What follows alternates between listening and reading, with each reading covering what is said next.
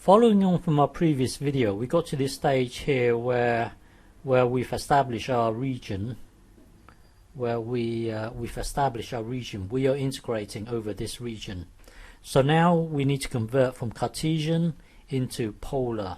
So when you convert into polar, this thing then becomes this, and then this is r squared, and then when you square this, it then becomes to the power of 4. And we need to integrate it from so looking at this region. Let me just look at it on a flat xy plane. So you're integrating from the radius of what to a radius of what. So you're actually doing this. You're moving along like this. So you're integrating from the radius of the vertical line, and then you leave at the radius of the curve. So if you look at this, you enter the vertical line, that's this bit here, and then you leave the curve. You leave the curve, and then you're entering the vertical line, and then you leave the curve. You leave the curve, and you're integrating it from an angle of 0 to an angle of, well, you stop when you get to this angle here. You stop when you get to this angle here, which is 45 degrees. Which is 45 degrees. Okay, but we need to establish this this vertical line. So when you enter the vertical line, that's this vertical line here. You enter the vertical line, and then you leave the curve. You leave the curve. So we need, in parametric form, we need this vertical line and we need this curve. So let's look at the vertical line. You enter the vertical line. So let's say you're currently at an angle of theta. So looking at this triangle here, I'm just going to enlarge it. You always know that this is of length 1. So you always know that this is of length 1. So for a given angle, you must know the radius. So for a given angle, you must know the radius. So let's say the angle is here. You must know the radius. Let's say the angle is here. You must know the radius. If the angle is, let's say, here, you must know the radius. So for a given angle, you must know the radius. So looking at this, this would be cos the angle equals 1 over r. So r is secant theta. So really we're integrating from an angle, or we're integrating from a radius of secant theta. So this vertical line here turns out to be, well, the radius to the vertical line is secant theta, and then we need to leave the curve. Now we need to know the equation of this curve in polar form. So as you're scanning like this,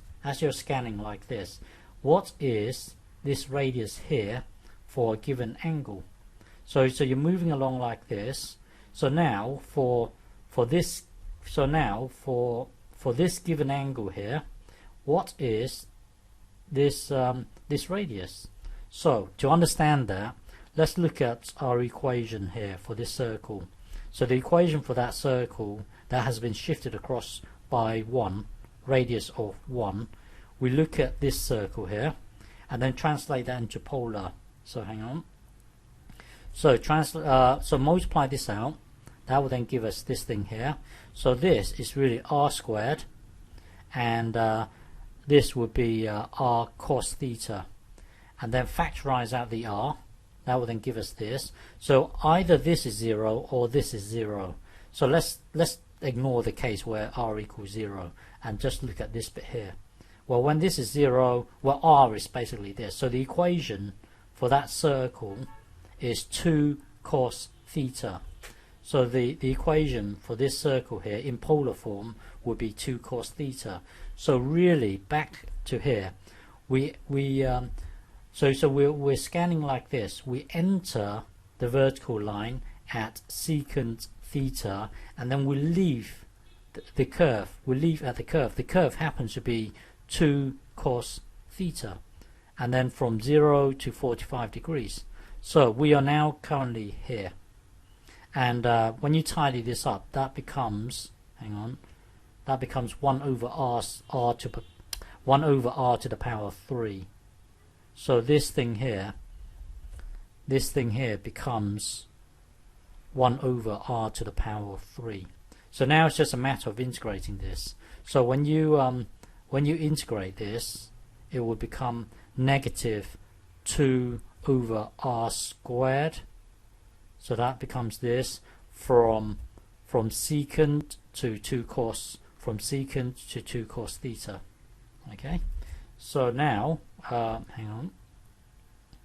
So now we need to put this into the r. That will then give us this thing here, and then take away a negative, which will be a plus, and then you've got to put this into here. That would be this. 2, you can factor out the 2. So that will then become this thing here. And when you factor out the 2, this thing is 1 over secant squared, which is, well, 1 over cos squared. Well, if you tidy this up, it would become cos squared. So basically, this thing here is cos squared, and well, when you factor out the 2, this thing here will then become this. So hang on. And now it's just a matter of integrating each individual part. When you integrate this, it will be tan theta, because when you differentiate tan theta, it gives you 1 over cos squared.